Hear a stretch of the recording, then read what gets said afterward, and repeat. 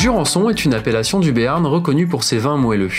Cette appellation du sud-ouest est étendue sur 1400 hectares de vignes, dont 600 tenus par des caves particulières. Jurançon est porté par le dynamisme de jeunes vignerons, car plus de la moitié des indépendants ont moins de 45 ans, avec une taille moyenne de 6 hectares. Plus d'un tiers d'entre eux sont engagés dans des démarches biologiques ou en cours de certification. Ce dynamisme est porté par des domaines historiques tels que Camine-la-Rédia ou le domaine Castera, mais également par des jeunes domaines comme le Bois Sacré ou le domaine La Gibe. Commençons par découvrir l'Or des Pyrénées, le Mansin.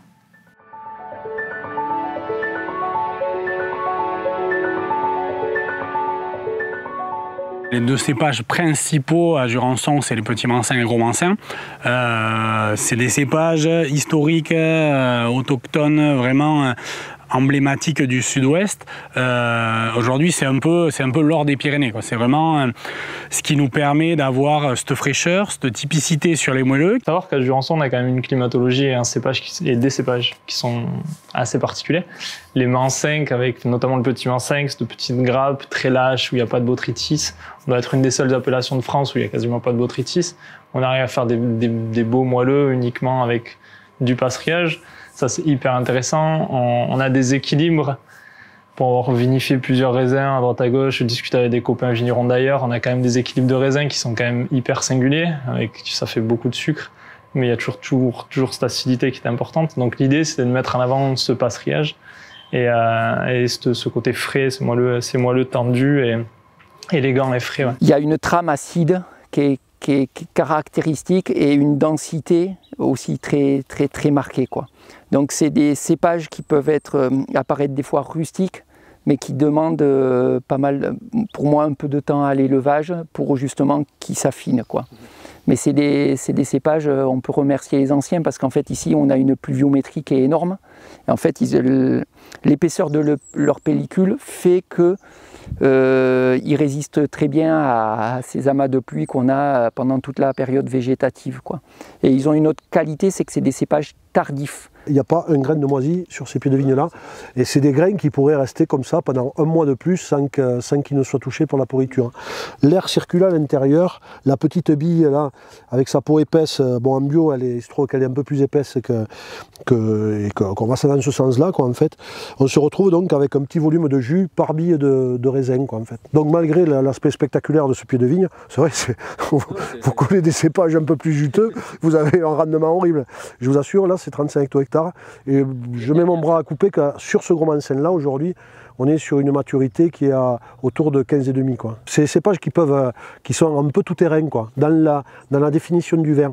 Je l'ai dit, apte à faire des vins à sucre résiduel parce qu'ils sont mûrs parce que ce sont des usines à sucre. Apte à procurer de la fraîcheur ici en Béarn parce qu'il y a toujours de l'acidité avec cette fameuse maturation lente. C'est aujourd'hui, mi-octobre, qu'on a physiologiquement des raisins mûrs, quoi. Donc on est les derniers de France, quoi. Le sol, les cépages et puis des journées comme aujourd'hui, au 20 octobre, voilà, ils annoncent 28 pour cet après-midi, ça crie passerillage, faites du moelleux, quoi. Et dans le chai, c'est pareil, hein.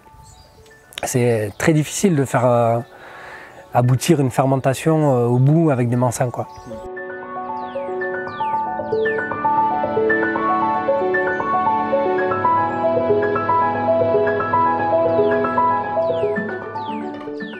Ces dernières années, et c'est encore en train de s'accentuer, il y a une corrélation en fait, des amours sur les moelleux, en même temps que Jurançon sec est en train de devenir un peu la dernière découverte voilà, dans le monde des petites appellations de sec. L'équilibre, la triangulation alcool, acidité, tanin qu'on trouve dans les Jurançon secs, c'est avec des saveurs un peu salines, des aromatiques très fraîches.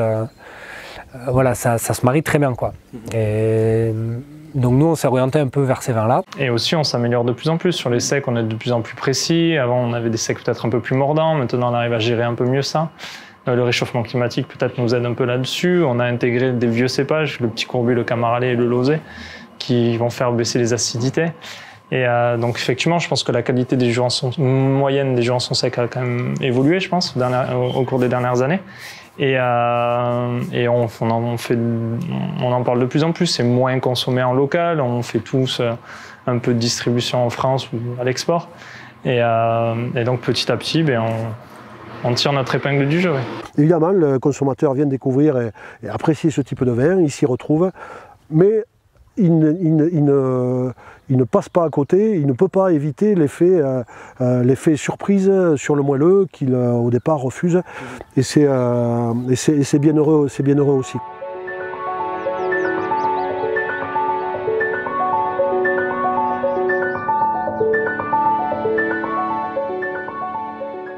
Il y a eu une évolution de la conception du profil des moelleux.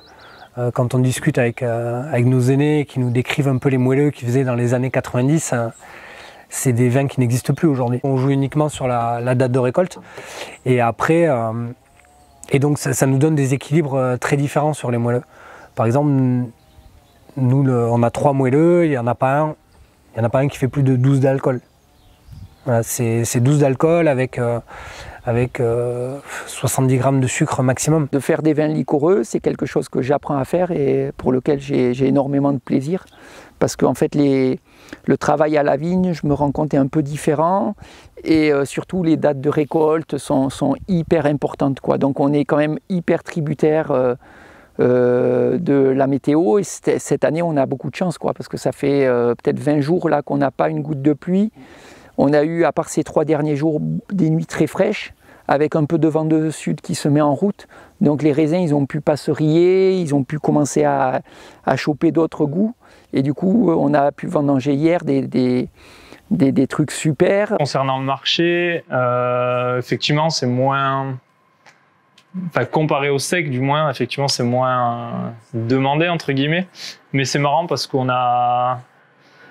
Tous les gens qui viennent...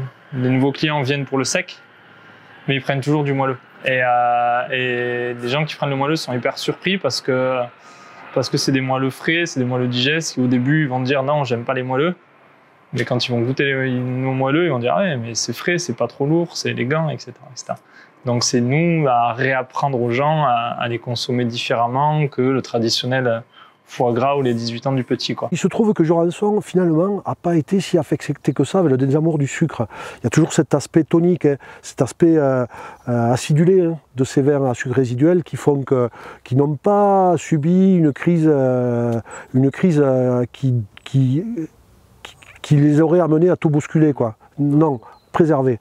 Et puis à côté de ça, dans le milieu, le cercle alors un petit peu plus restreint, des amateurs de grains liquoreux, complexifiés, racés, là ce socle-là ne bouge pas. Je trouve même qu'il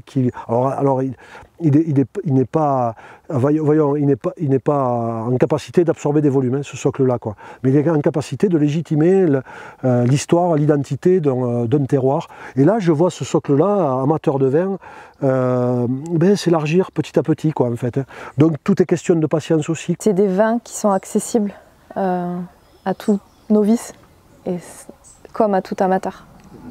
Il y a de la complexité dans les moelleux, mais il y a aussi du sucre et de l'acidité. Et cette acidité, ça apporte beaucoup de fraîcheur. Et comme le disait Laurent, combien de gens on force à goûter au domaine et qui finissent par dire « Ah mais ce moelleux, je l'aime parce qu'il y a de la fraîcheur, il y a de la tension ».